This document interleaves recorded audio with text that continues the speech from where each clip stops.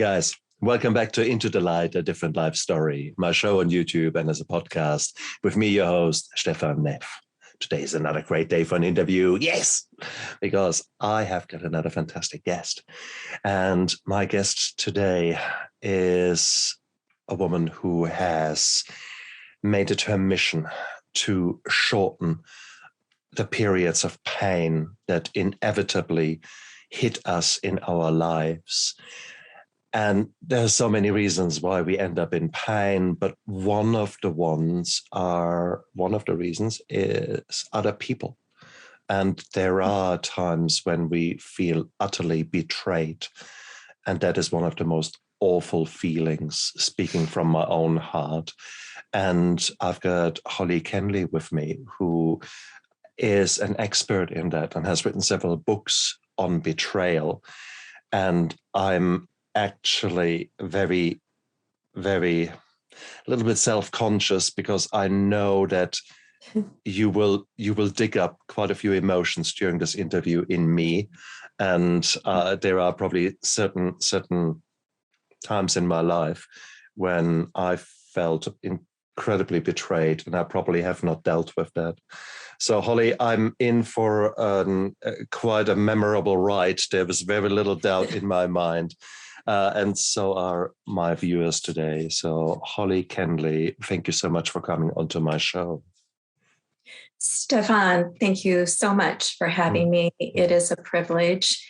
And I love your podcast. And I so admire the healing and messages and the hope that you offer up to your listeners. So thank you so much for this opportunity. Thank you very much. Holli, betrayal is one of these things that will happen to every single one of us. There is no doubt, and it will happen for many of us. It will happen many times throughout our life. So my educated guess is that you are just like us, that you have had your fair share of betrayal, which ignited that search for knowledge and skills and actually going through it. Are you happy to share how your own journey started there? I am very willing, and I would love to share this. And because of my lifespan is a little longer, I just will kind of break my traumatic experience, if you will, or my betrayal experience. And the first part would be from birth to about age 18. And of course, I didn't have the word betrayal back then in my mind. So I use that as in reference to looking back. I do want to say, Stefan, that some of the material I'll be covering is a little sensitive, just to give a heads up to our listeners.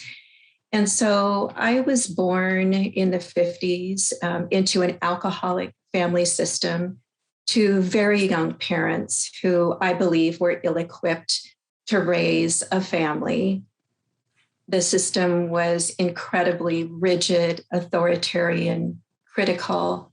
And for me, it felt highly emotionally unsafe and unpredictable. I was the second of 4 daughters, and I was shy and sensitive. I was a peacemaker, people pleaser, and at a young age, a parentified child. In my early memories, I remember my mother being a very good mother to my older sister and me.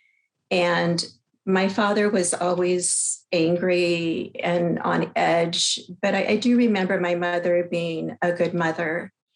And then when I was 4, my younger sister was born, and things got a little more tense. Things got a little bit more angry, a little bit more difficult.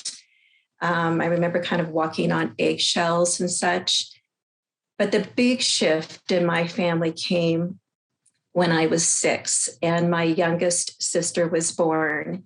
And she was a very, very difficult baby. And as she grew up and matured, there were a lot of physiological, psychological, and emotional issues. And this is the important part of this piece, is that my mother was very bonded to her, very enmeshed with her. It was a very symbiotic relationship. And so there was a detachment from her at an early age. And a couple of memories that I have that are difficult at a young age. Once again, when she was born, as I said, the house just became much more just really angry, and especially around the cocktail hour, or the highball hour, as it was called in my household. But really during the day, chronically, there was upset and overwhelm. And when my mother would perceive that my older sister, I had disrespected her or talked back to her, she would I'll speak for myself, she would take me into the back bathroom, and I would stand on this little stool, and she would give me my choice of having my mouth peppered or washed out with soap.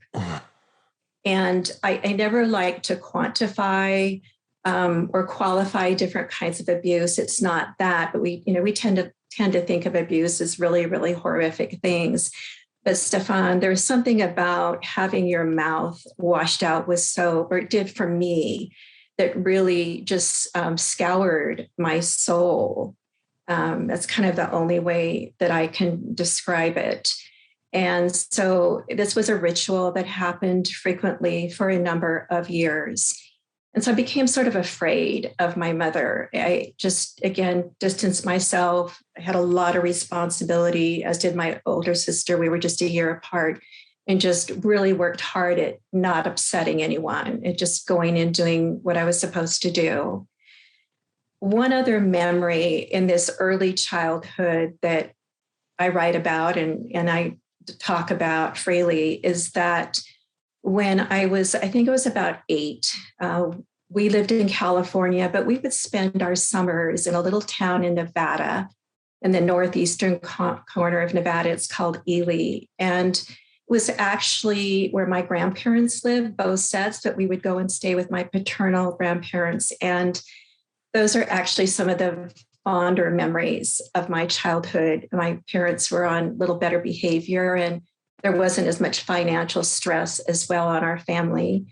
Well, my grandparents always went to the horse races in the summer, and they had their own box there. And we were there watching the races. And to this day, Stefan, I don't know why, but I turned around and I asked my mother if I could go back to my grandparents' home. And she said, "Of course not, you can't. We're here enjoying the day." And I said I wanted to go back to my grandparents' house. And she said, "Well, if you want to go home, you'll have to walk."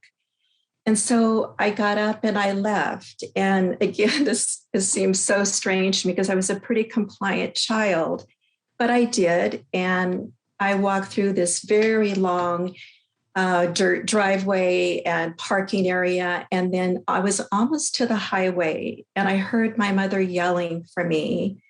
And I turned around and she was marching towards me. And of course, she was angry and frightened. And she had this big, heavy bag or purse on her arm. And so I stopped and I actually turned and started walking towards her. And she caught up with me and she grabbed me. And every step I took back towards where our car was, which was quite a ways, she beat me with that bag and with her hand. And I think she had her keys in her hand also. And I remember thinking that I could feel her hatred for me. I could feel that rage. I could, like the washing of my mouth, it just entered the soul of who I was. And she took me to the car. I think she took me back to my grandparents' house, or either I waited in the car, I'm not sure. But that incident was never, ever spoken of again until about 10 years ago, where it was just brushed off and laughed about. But no one ever spoke of it. And so those were two memories that really changed and altered. And then when I was 11, I was over at a neighbor's house, and we were there alone. She was an older teen female, much larger than me and bigger than me. And a game of tag turned into a violent assault on me. And she was on top of me and sexually assaulting me. I fought for, I'm not sure how long, and I was able to get away, kind of slither out from underneath. I was a pretty petite child. And I ran home and I ran into my house, and I'll never forget, my mother was standing at the sink. And I ran up to her, and of course I was crying and sobbing, and my clothes were torn.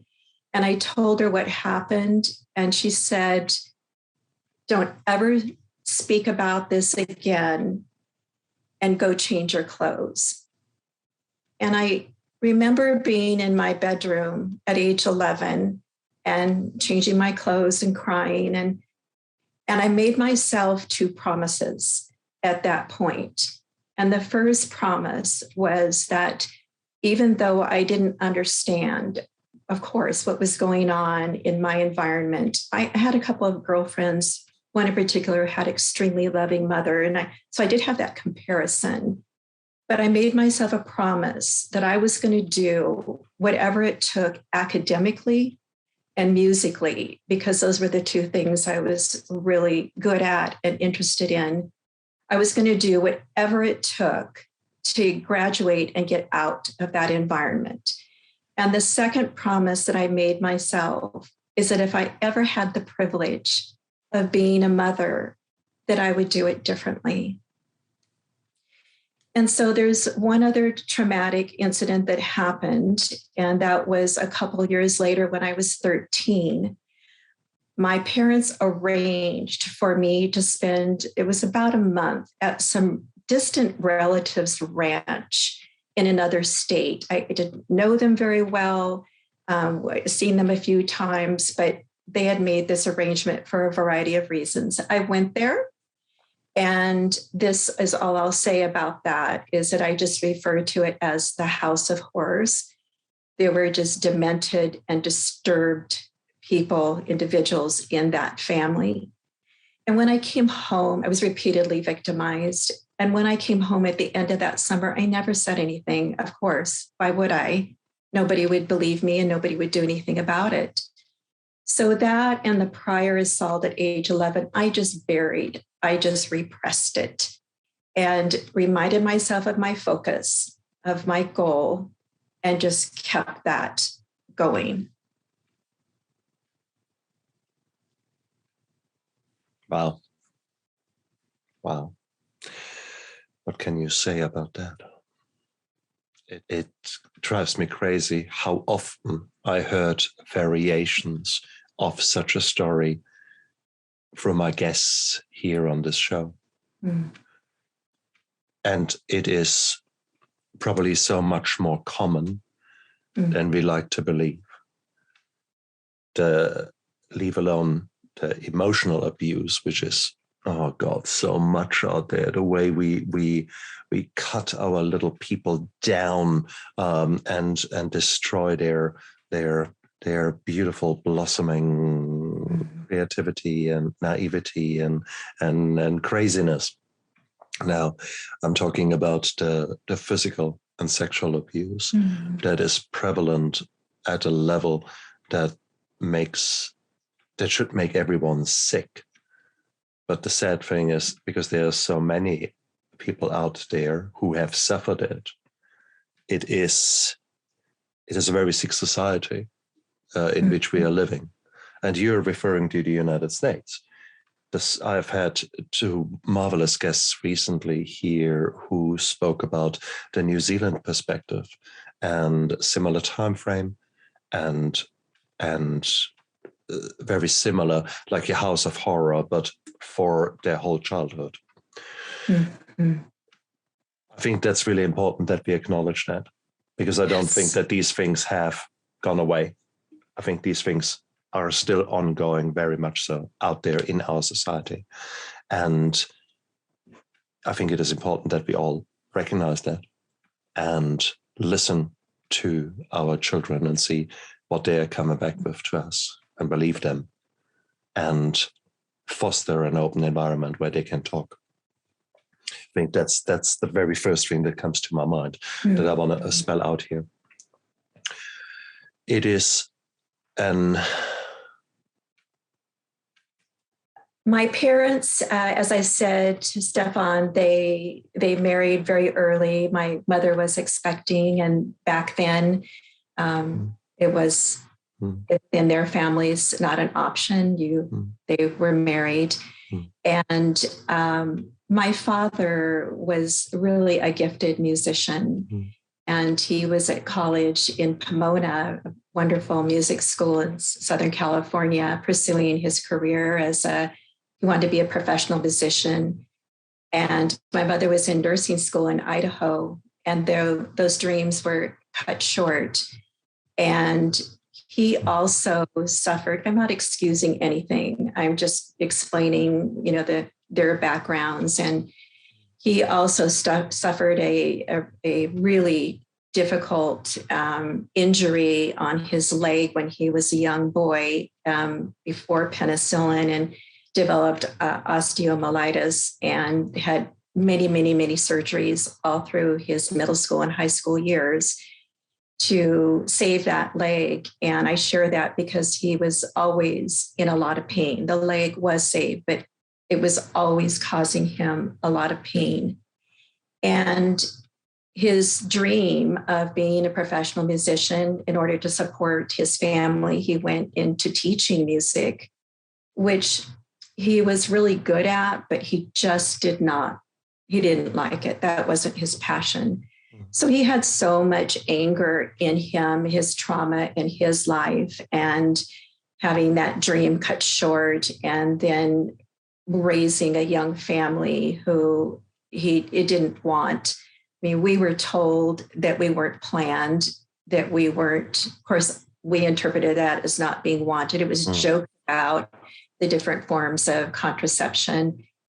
And we all had nicknames, and mine was Horrible Holli. And so, and there was so much criticism. I think that for my sisters and myself was probably one of the most difficult things, because my older sister and myself and my younger sister, we were very high achieving. I took up music and became very good at it, mainly to please him. But then I developed a love for it and got a lot of recognition for that. But it was always not enough. And so they were both unhappy. I believe my mother had major depressive disorder as I look back. We believe that there was a suicide attempt on her part when she was pregnant with my youngest sister. So, and I say believe because I don't know for sure. That was another sister who found that truth out. A lot of secrets in our family, and a lot of pain all the way around. And I'm sure if you were to go one more generation back, you would have the implications of the Great Depression and of the Second World War and all those damaged and destroyed dreams and families damaged and destroyed. So upheaval after upheaval after upheaval.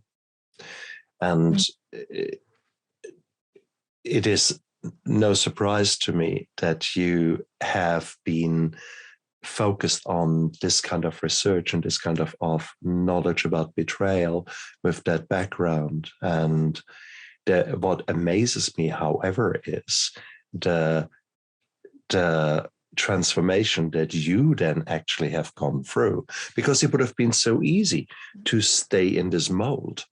And that is what we see, this re-victimization again and again and again. The next thing then is abusive relationships and divorce, and then another abusive relationship, and so on. And then somewhere along the line, the alcohol comes in, or might be integral from the word go to escape reality. And then children come, and then the whole story repeats. We see that so much in our society. What made you different? What changed your story? In all fairness, Stefan, in my late teens and early 20s, some of what you described describes me. So I don't want to, I'll just kind of. don't throw stones in the glass house. Okay, I hear you.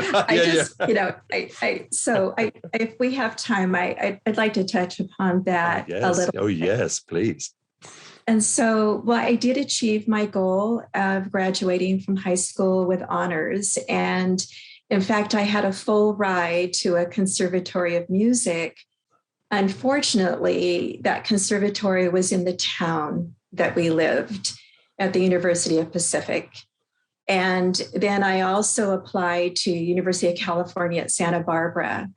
And although I knew that musically that it would be better for me to go to the conservatory, there was no way I would take that. And I had to fight for going to UC Santa Barbara. I had to stand up to my parents, and I did. And I said, doesn't matter how, I'll pay for it. I'll do whatever I need to do. But I had to get out of there. I had to keep that promise to myself. So I did. And one of the things that happened during my freshman year, I was just in Santa Barbara a few months and enrolled in school, and just it's so beautiful there, feeling somewhat settled. A wonderful guy that I dated in high school who went to the University of Pacific, we broke up. It was mutual because we were 350 miles apart, but I was sad about that. And I did have depression and anxiety, especially around, I didn't piece this together till later, but especially around my menstrual cycle.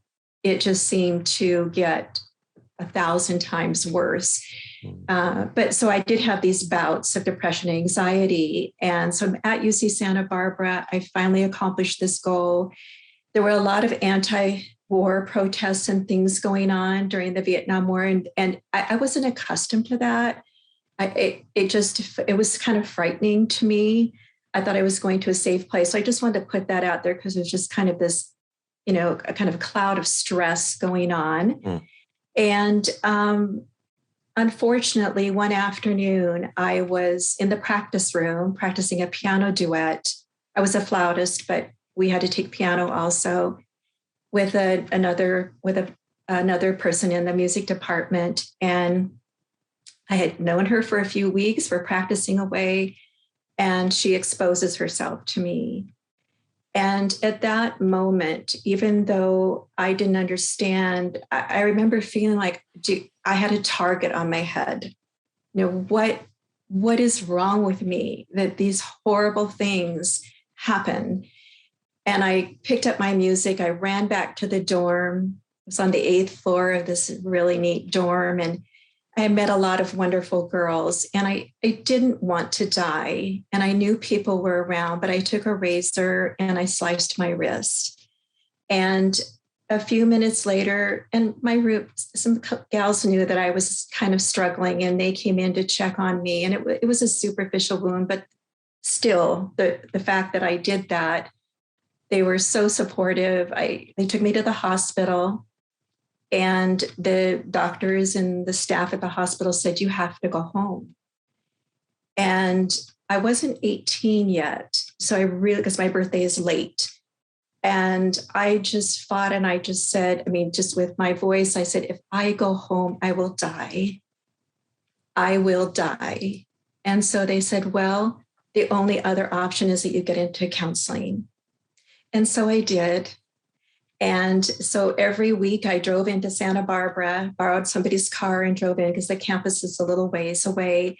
And I saw a psychiatrist, and I called him the wizard, like the Wizard of Oz. He was so warm, and he was so comfortable, and he was safe. And there wasn't any deep work there, but it was the first time that I was able to talk about my feelings and have someone just be a safe harbor for me. And something interesting, Stefan, that he did, he asked my permission at the beginning of our work to tape our sessions. And I said yes. And then at the end, he asked if I wanted to hear the first sessions, and he was still taping them. So he played a little bit from the first couple sessions, and then at the end, and it sounded like two different people. And I share that because that gave me hope to hear my voice, that voice that had been soaped, that had been scoured, and to hear that. And again, we didn't do any deep work, but I had that beautiful experience with him. And there was still a lot. Okay, to shorten this up, during the rest of my 20s, I graduated. I lived abroad in France for a year to study. My senior year, I married a narcissistic alcoholic, an associate professor. He was abusive. It was awful. So that I could get out of that relationship, I went to he had a job at a university in a different town. I went to a counselor and I said, here's my degree in French and music, and I can speak Swedish, but what can I do? And she said, the fastest thing for you to do if you want to get a job and support yourself is to become a teacher, which I didn't really want to, but I had to put together a plan, which I did. And I got my credential. I got out of the marriage and got a teaching job. I did remarry a second time, and it didn't last very long. He was a wonderful man, but he was broken. And then I continued on. And then in my early 30s, I met my current husband, Dan. And through, again, a long story of a female friend who I started to disclose, not about my trauma, but just about these horrific bouts of depression and anxiety and anger and rage. And I had a little girl at this time, and I kept remembering that promise. And so she referred me to a doctor. I went to this doctor, female, a nurse practitioner who worked for an OBGYN, and she assessed, diagnosed, and treated me for what we now call PMDD, premenstrual dysphoric disorder. Back then, it was kind of a joke called PMS, but she believed in it. And this was life-changing, Stefan, because she gave me a holistic approach to my wellness. It was mind, body, and spirit, nutrition, exercise, stress reduction, sleep, vitamins, and natural progesterone, and counseling. Started seeing a counselor for the maladaptive behaviors and cognitive distortions, a female counselor, worked with her for a year. Again, we didn't go into the deep work, but at the end of that year, she said, Holli, my husband and I made the decision that we were going to move away, far away, back to Southern California, which was an important piece of my healing journey as well. But she said, Holli, there's something more there. I hope when you and Dan get settled and when you're in a good place that you will seek out and do some deep work on whatever is there with you. But for the next several years, my number one priority was my wellness, and it always has been, Stefan. There's nothing or no one that is more important than that. So I embraced this program of recovery. And when we moved down into the mountains of Southern California by the desert where I live now. And I share that because we bought 5 acres up in the mountains and had a home built.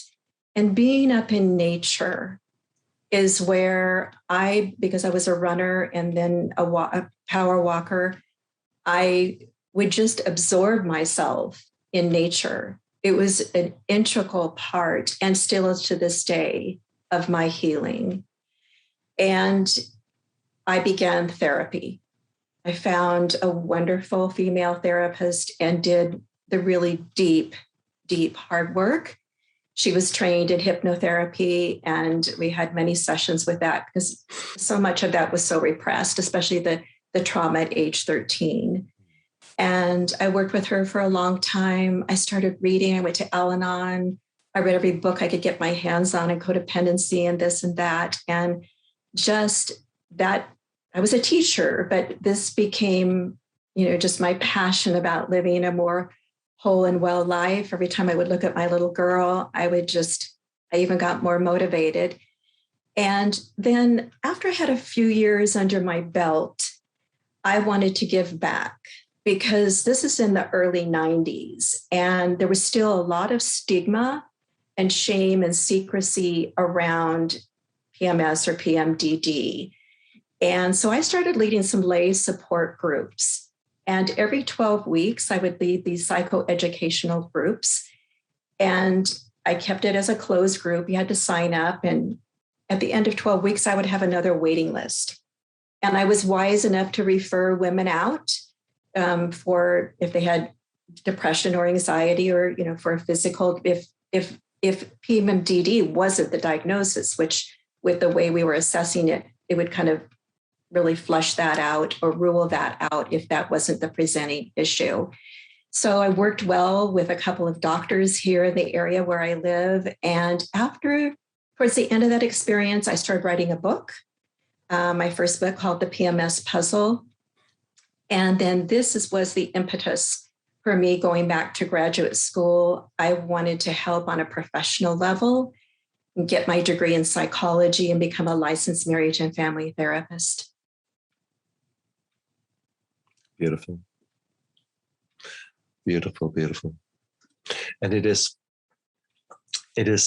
remarkable how instrumental trauma actually was in putting you so far outside of your comfort zone that you simply had to change and had to look at the focus in your life and reevaluate that. We see that again and again, that we are starting on a new path, but that path is meandering, and sometimes you can stray way off your path. However, there are things that lead you to your destiny, and literally there you are here, having committed actually at a very young age to change the cycle, to not become the end product, the repetition of everything that happened in the past. The past truly does not equal the future. So that's one of the key things that we can learn here from you. This is, you have put your mind to it, and it was not easy. Yeah. But what I hear is several things.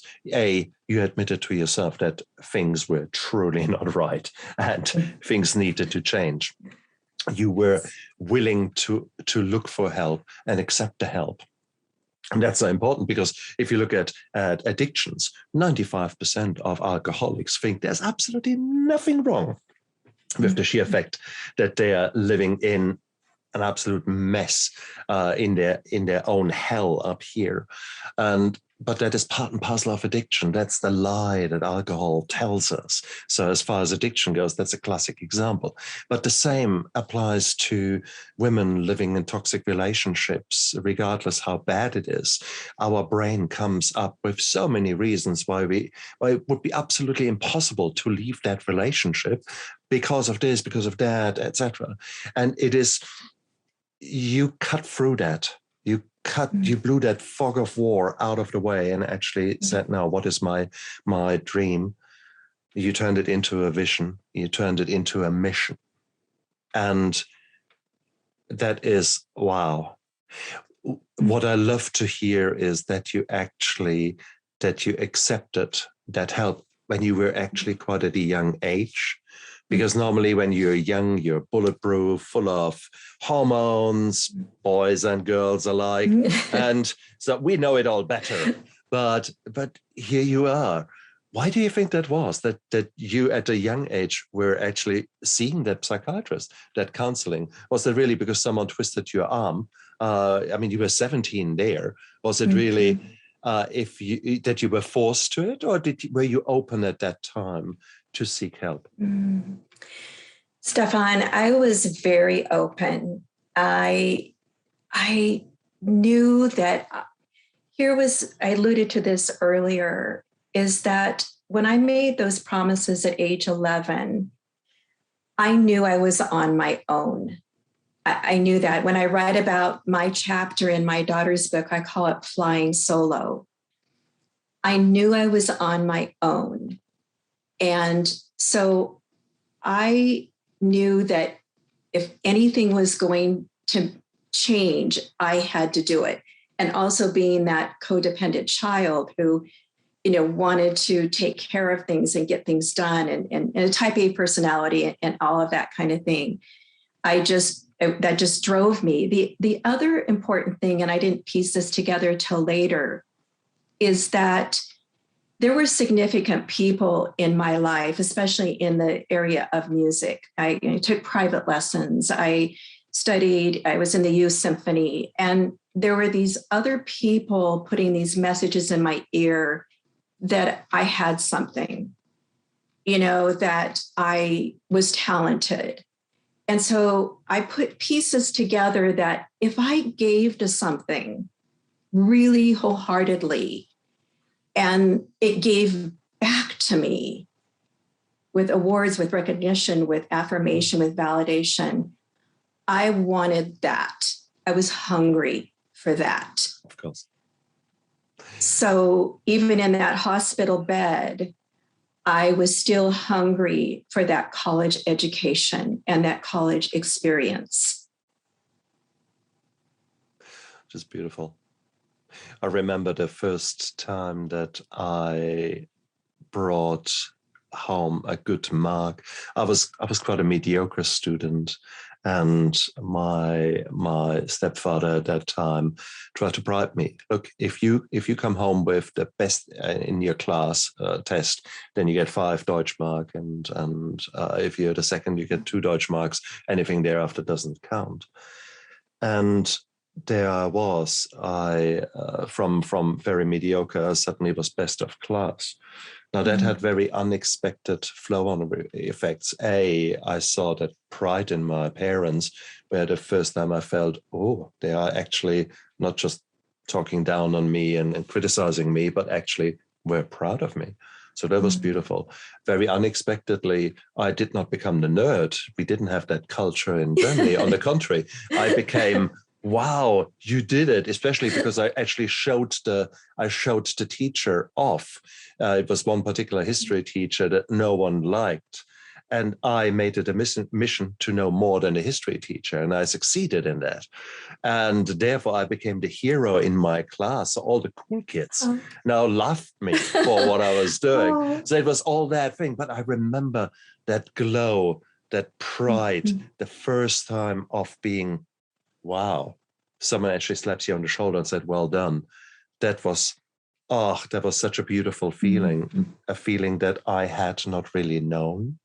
And therefore, there's so much to be said about how we talk to our children, how our words can be so much more hurting and destructive than a chainsaw, literally.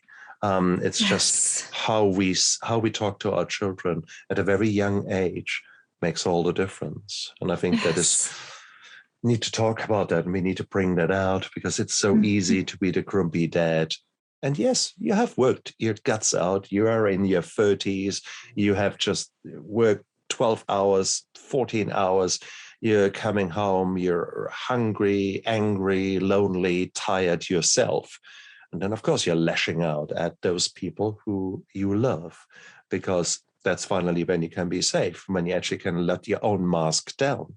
But the flow-on effect of that at such an early age, I think I've destroyed a lot in my children due to me being that angry and resentful and hurt man that I was. I felt betrayed by so many things around me. And the anger and resentment that was burning like the brightest fire in my soul. And it destroyed me. It burnt me from the inside out. So it is, I so can see it all happening. And when you look around it, you see it happening daily in those people around you.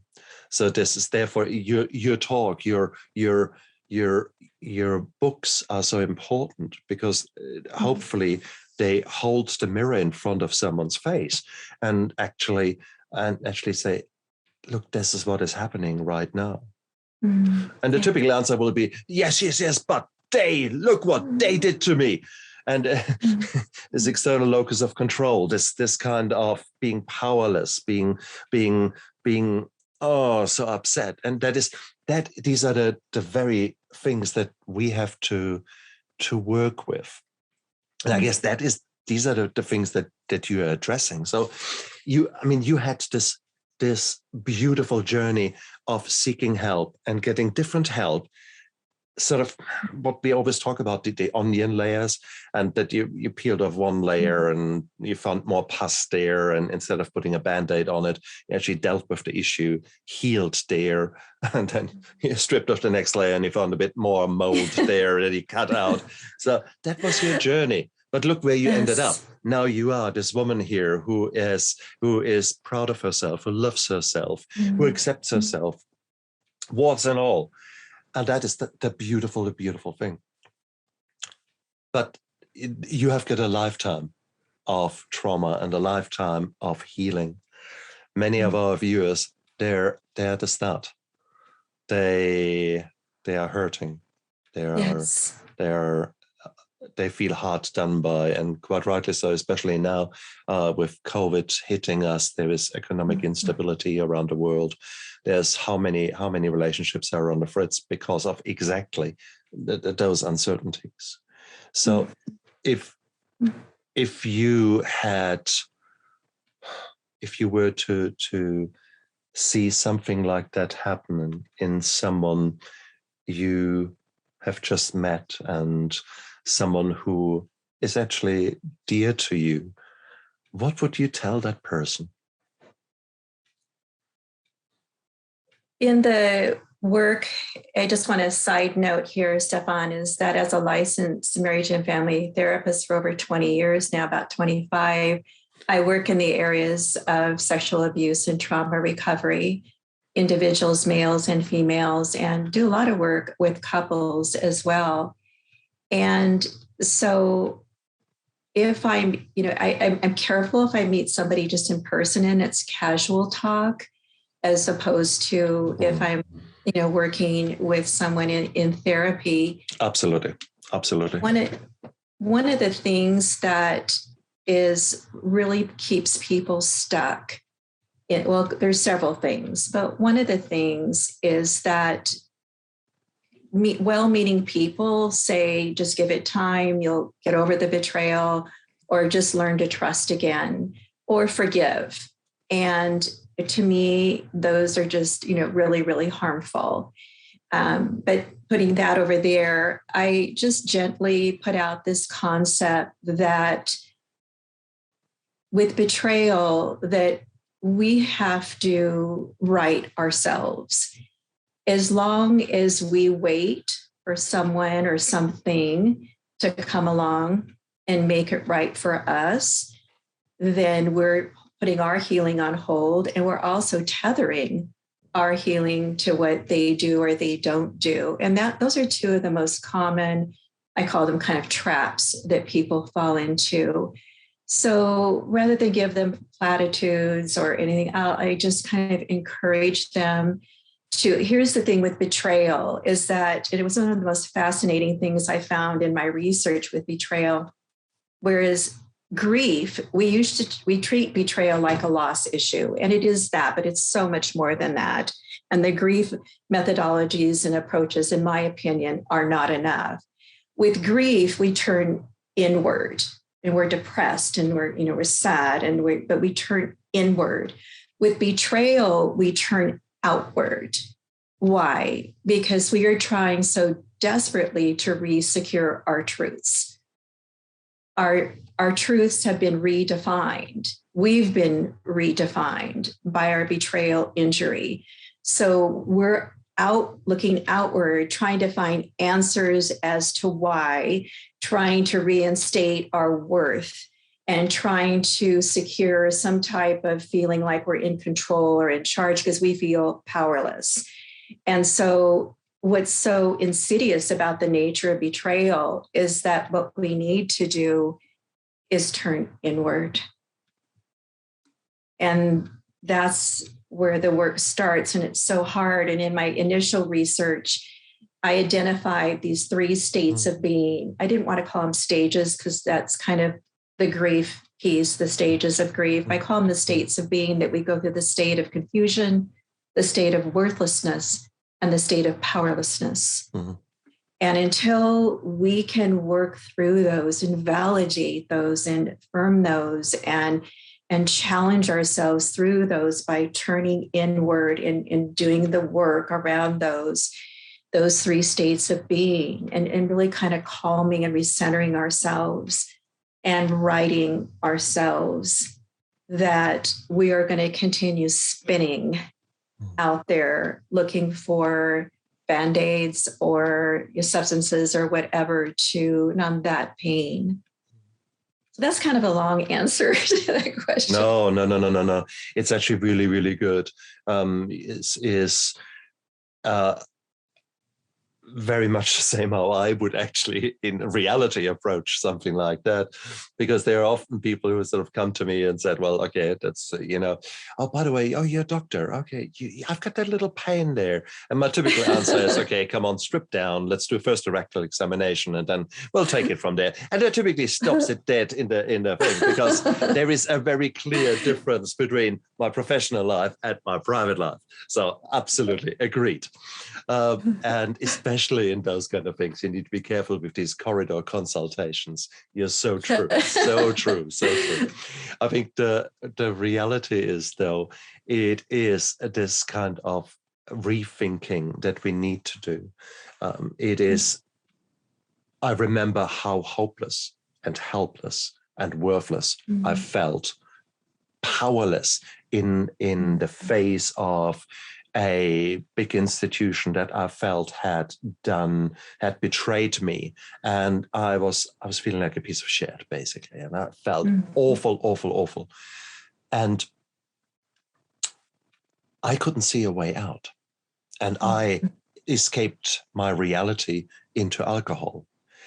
And I did, unfortunately, I never developed different coping mechanisms. So it was always that kind of, if I fell on hard times, then the alcohol came out in abundance. And that was such a vicious cycle in my life. To actually be open and to look at yourself healing and strengthen your own foundations, from which then you can build up a new life. That is something I had only learned in rehab or after rehab, when I actually literally put the training wheels on the bike and started biking again, a different kind of life and different kind of way of living, a way of integrity, and a way of truly, honestly looking how I contributed to many of the scenarios. So there were so many things that you need to do when it comes to healing. And some of the things I have done in that process were probably the hardest in my life. Forget about medical exams and forget about all the other achievements in my life. They were relatively easy compared with dealing with the darkness in my heart. And I just give that out to you guys that this is on the cards. You cannot get better and you cannot change your life unless you address the pain inside of you.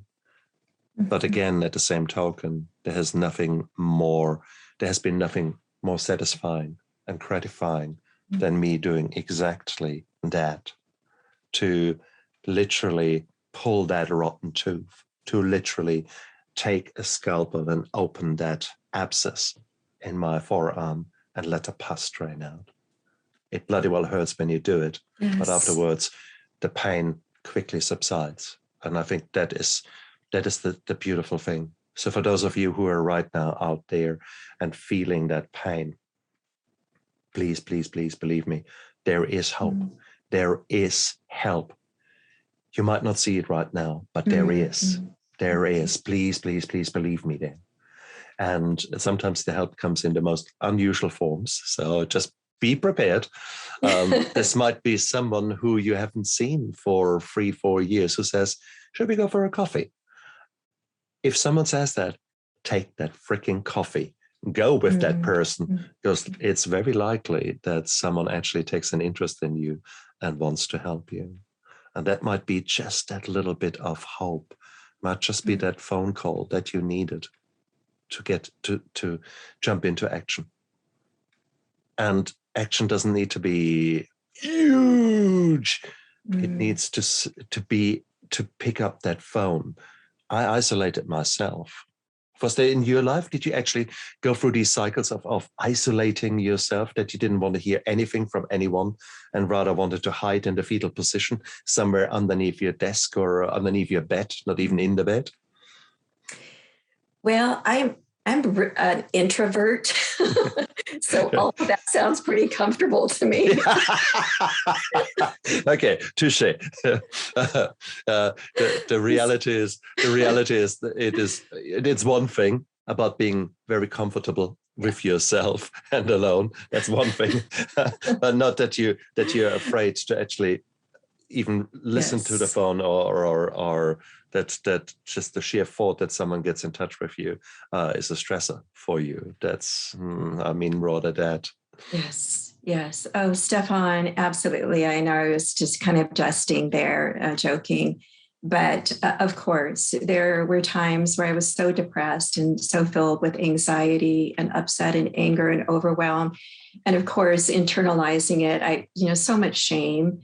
And just, I can't seem to get past this. I can't get over it.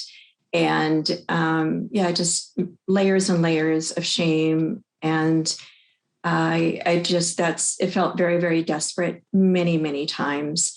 And so, yes, I want people to hear what you're saying. That message is so important. And I love the quote by Dr. Gabor Mate when he says, it's not what's wrong with you, it's what happened to you.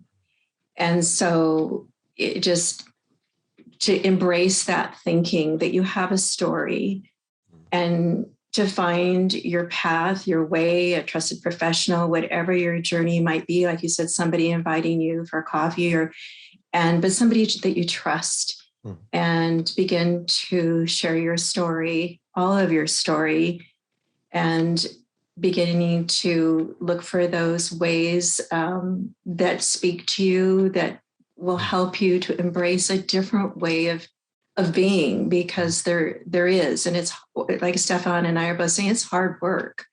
I never worked at anything as hard as I worked on my wellness. Nothing. Not the flute, not the academics, nothing, not the psychology, my wellness. And it is, I said earlier, it's a priority. It has been, it always will be. And it has served me well. And that's what I want, why I do what I do. So I just ditto what you're saying. And the other thing I want to highlight is all the time, you have to jump into action. Without action, any dream will just be that, a dream. Okay. Sometimes actions have to be trusting. So if you are actually listening to this and you're finding yourself in a relationship that is so bad that you and maybe your children are literally at a constant risk, then maybe your action needs to be dramatic. And we are so lucky that nowadays we have got organizations like Women's Refuge or a similar places, Salvation Army, things like that. They are out there. They are with the Me Too environment, it has become more acceptable to speak out, and you might have to make that call. And if that means that actually we have rattled your cage enough to give you that encouragement, then please switch off the video or the podcast right now and jump into action. Otherwise, listen to the end and then think, what is the first little step you can take? The first little baby step you can take to show yourself love today. And please, please, please, let me say that again. Whatever has happened to you, however bad, however shameful it was, there is help, there is hope. There are others who have gone through exactly the same and worse. So this is not a pissing contest. This is not something where you say, it's not this bad, therefore I don't deserve help. Or it is so bad, it's impossible that someone else has gone through it. Both of these statements are utterly wrong.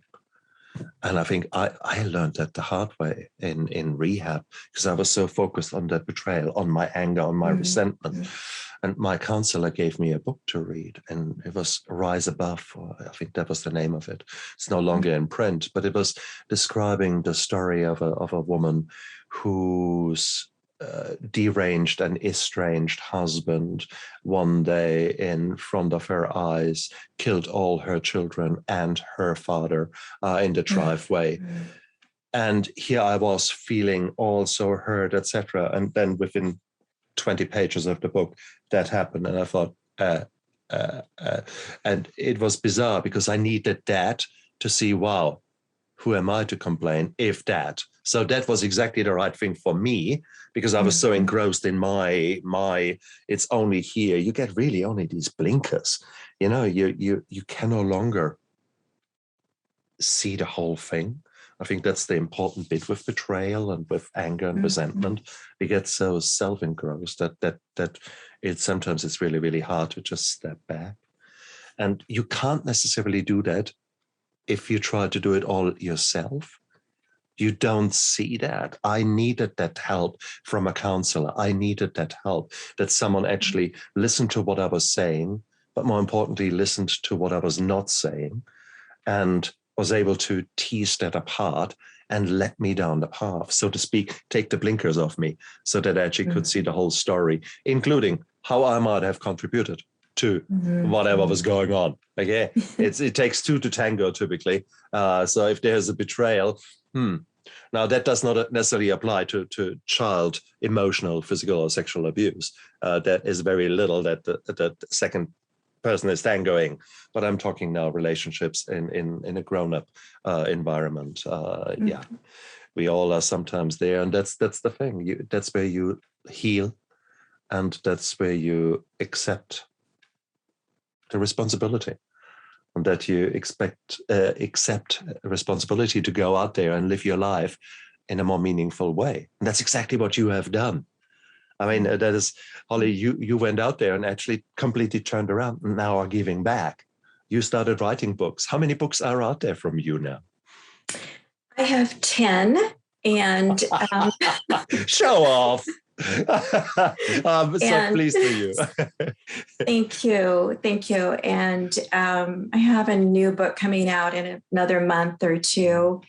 I wanted to mention the Daughters Betrayed by Their Mothers book, because if we have time, yes, I just something that you said that made me think of this book is that I interviewed.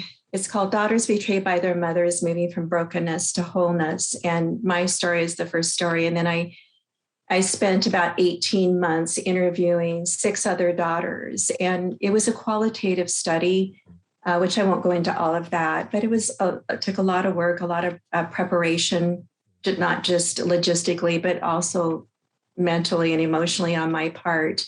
And it took about 18 months to do all the interviews and transcribe them and do the analysis and then, get it to my publisher and get that out and ready for print and all of that. But one of the things that you said that was so beautiful about the book, that the subtitle is Moving from Brokenness to Wholeness.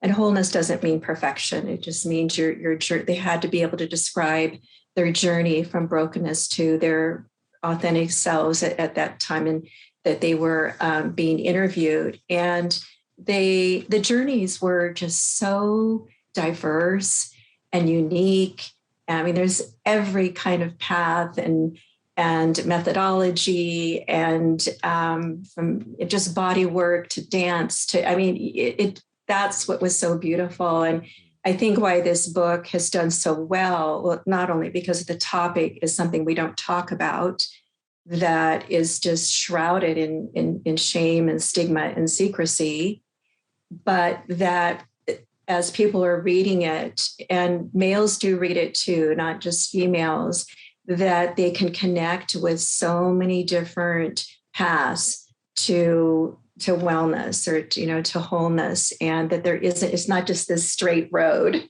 that goes. And so it's just, they're beautiful journeys. And I wanted Stefan to share one little story, if I could, if we have time, is that, and this speaks to recovering in general. And I like to put an ing on the end because it's ongoing. So true. So true. Present tense. But when I was so I'd written 3 books on betrayal, and the first edition of Breaking Through Betrayal, the second edition, and then also a short ebook on betrayal proofing your relationships. So and of course, I'd done my work, and I was really felt that I was in a good place to do this qualitative study. And I just want to put this out there too, that over the years, as far as my relationship with my mom and dad, we lived quite a ways away from them. So there was that physical boundary. But as I did my own healing, I didn't wait for the betrayers. I just did my own healing. And then I established the boundaries around the relationship that I felt was safe to have for them. My mother was never really available. She was so into this enmeshment with my youngest sister, was all of till her death. They were enmeshed. And so it wasn't, but whatever was there, I treated her with love and respect, but I treated myself with love and respect as well. My father and I were able to do a lot of healing around our relationship, and because he was willing and he was present and he wanted to as well. He actually edited a number of my books. Oh, wow. And so, because he was an avid reader and just a prolific, so good at the English language and grammar and all of that. So anyway, a lot of beautiful healing around that relationship with him. So kind of putting that over there is that I was preparing in 2014, getting all of the forms ready, and over a number of years, I had been, as I go out and speak and do workshops, I would mention this topic, especially if I was speaking on betrayal, because I was looking to see if there were any participants that might want to be in the study. And so I was collecting names and getting ready to do this. I thought I would start it in 2015, because I was working on another book at the time as well. So what I'm about to say, Stefan, is, again, very difficult. And so I just wanted to put that out there for the listening audience. And so on April 8th of 2015, my elderly parents, who were in their late 80s, planned out, methodically carried out, but did not fully complete a dual suicide. Their bodies were found 2 days later on April 10th. My father was in critical condition. My mother was in stable but serious condition. They were taken to a local hospital. My father was released. He wanted to pass at home. Everybody knew that that was his wish. So he was released home and passed a week later under hospice care. My mother was eventually released to a rehab, a sort of nursing home / rehab. And during this period of time, there was my family was hanging on a thread already, and pretty much there were a lot of additional betrayals and things that happened. My husband often refers to it as Humpty Dumpty, who fell off the wall and it all came crashing down. But it was barely holding on anyway. But several weeks after my mom was in rehab, And I had been checking in on her long distance. And I asked her if we could have a conversation because my youngest sister was moving in to her home, the childhood home that I grew up in with her husband, and she would be taking over. And I knew that. So I wanted to have a conversation with my mom. And so we set a time to talk, but I didn't want my youngest sister there, and my mom honored that. I remember I wrote out on 5x7 cards the things that were important for me to say, and because I knew this might be our very last conversation. Not my choice, but because of what was going to be happening when my mom left the rehab place. So we had this conversation. We spoke truths to each other that had never been spoken about. She was listened. I listened to her. It was very moving. It was very respectful on both parts. And towards the end of the conversation, and this might kind of surprise people when I say this, but I wanted to hear it from her. I said, Mom, I think I know your answer, but I'm going to ask you this one time because I know I won't be able to see you or talk to you if the youngest sister takes over all of you and your care and everything. Is I'm going to ask you to choose the three of us, my other two sisters and myself, or just this one time, choose me. And she said, I can't. And so I said, I know, I understand. And so we told each other we loved each other, and that was it. And after that phone call, there were stories told about it that were so untrue, just flat out lies. And it was twisted and everything. And so then because of that, there were more betrayals among other family members and fallout. But I share that for two reasons. One is because I couldn't have done that if I hadn't done the work that I'm not saying it wasn't painful, that it wasn't difficult, but I couldn't have done that if I hadn't done all of my work before and all the understandings I have around betrayal. And number two is that it validated my truths for me about my family, about everything. It was just kind of that, not that I had to have the validation, but because I've received a lot of resistance from individuals that I knew that I stood in truth. I spoke my truth. My voice came out, and I was at peace. And a few weeks later, I received a notarized letter banning me from my childhood home. And then after my mom's passing in 2019, I received a letter from the lawyer who was handling their living trust, and I was disinherited. Now, it's not that I wanted anything.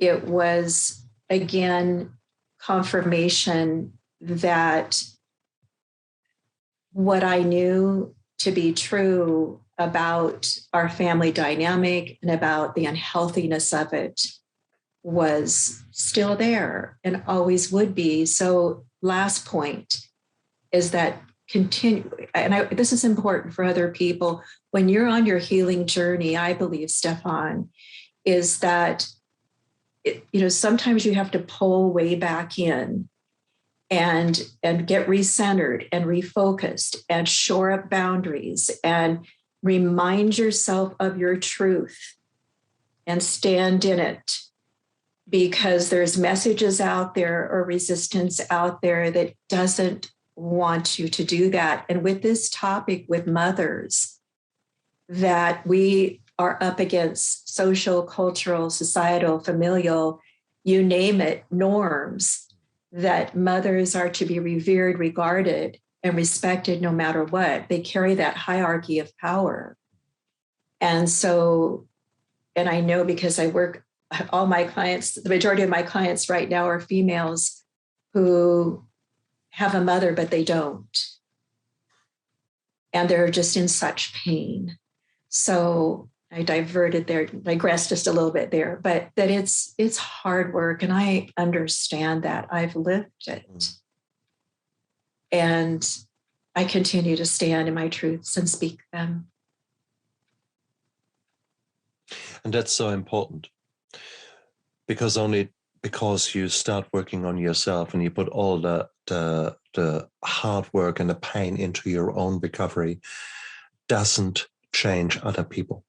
It doesn't change their perception. On the contrary, if you are in a codependent scenario, you're basically like that. Now, the moment you actually stand straight and you actually develop healing in yourself and become a stronger person, that other person has to either crash or go there. And there is this, oh my God, how dare she no longer support me here? So that is in a codependent relationship. The other thing to say, 1 in 10 people have got a personality disorder. 1 in 100 people are sociopaths and psychopaths. So you will not change that. Only because you heal, they are still nasty pieces of work.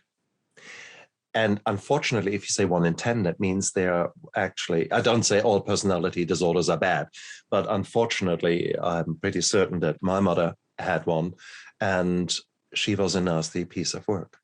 And I forever, and probably to this day, I go through these waves of feeling guilty that as a son, I did not somehow, I don't know, I want to have this warm, fuzzy memory. And my wife very quickly, whenever I get into that mode, she says, can't you remember when her funeral service, when my mum had passed away, we were there at the church, and after the church service, a woman that we didn't know came to us and said, so you are the son? And I said, yeah, I'm the son. And she said, I need to tell you, I mean, what your mother has told us about you and about your behavior and how she spoke about you was making many of us quite uncomfortable.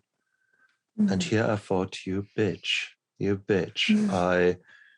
for everything I've done to you, for everything I've tried.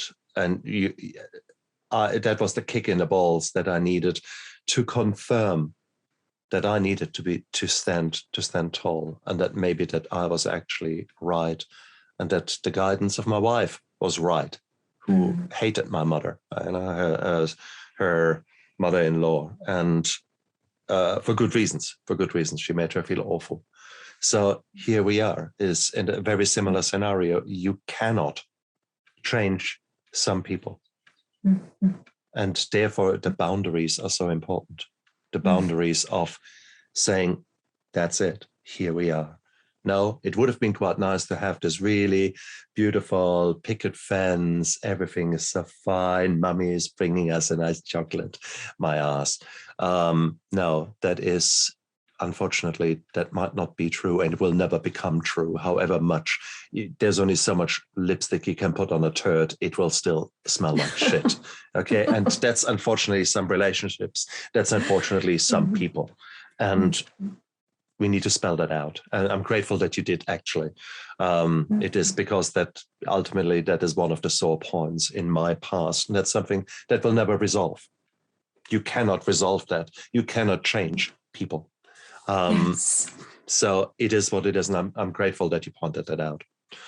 Maybe also for you guys out there, that's maybe another thing that you just have to, again, confirm in your own head that you need to look after yourself first and give yourself the love that you maybe would have loved to receive from the other person.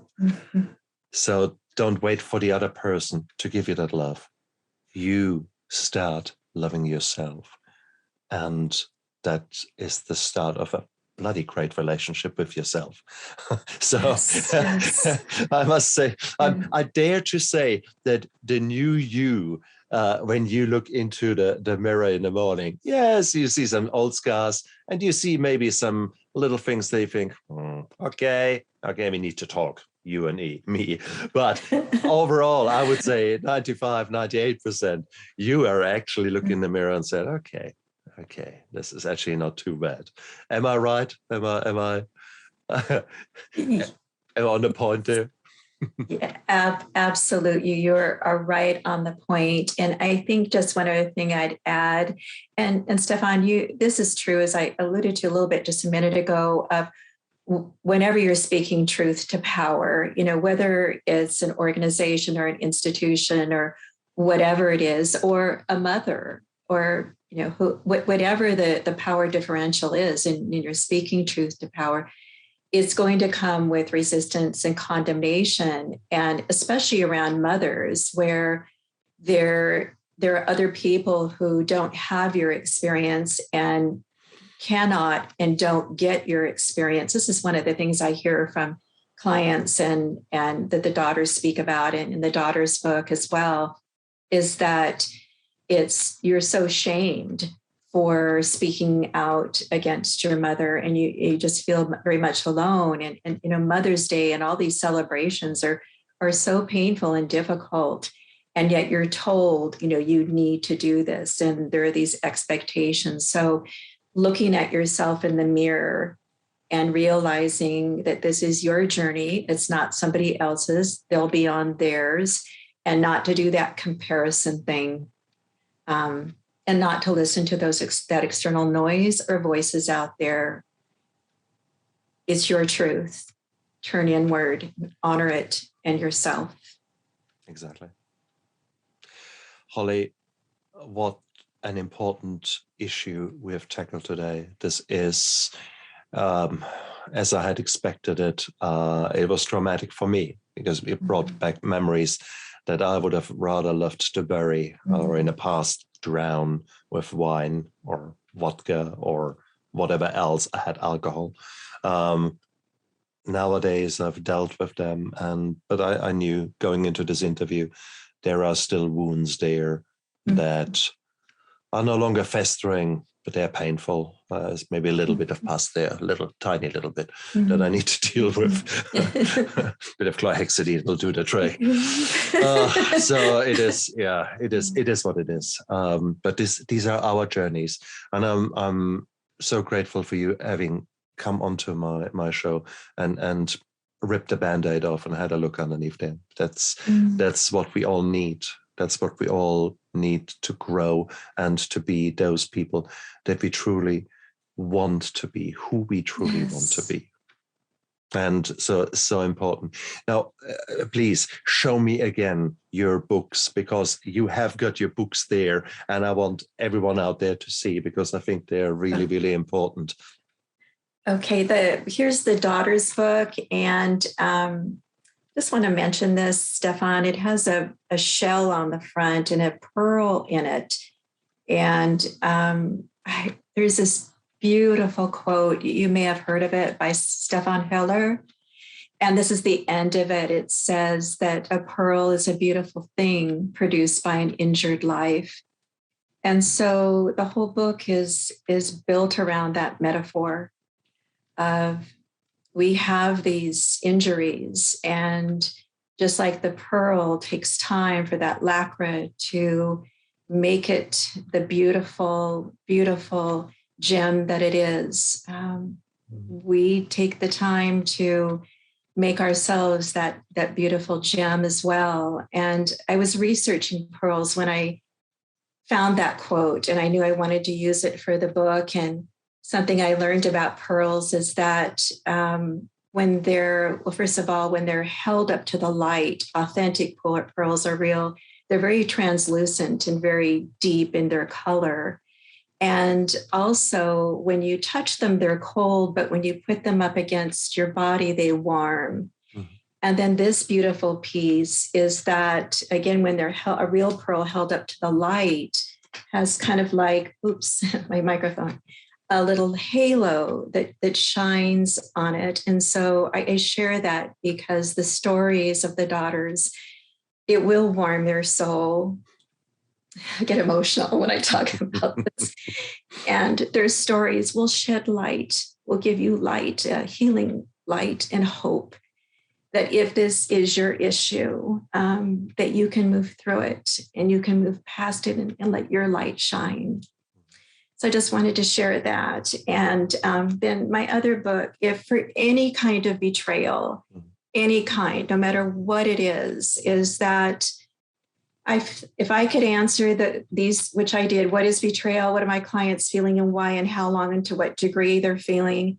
If I could answer those 3 questions, then I would design a program tailored specifically for recovery from any kind of betrayal.